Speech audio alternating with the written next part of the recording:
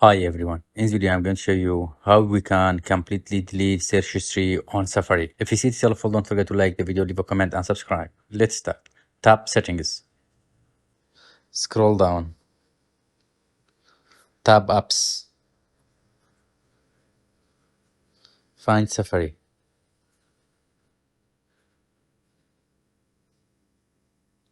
That's Safari, tap Safari. Scroll down. At the very bottom, tap advanced, website data. Remove all website data. Remove now. Good. Come back.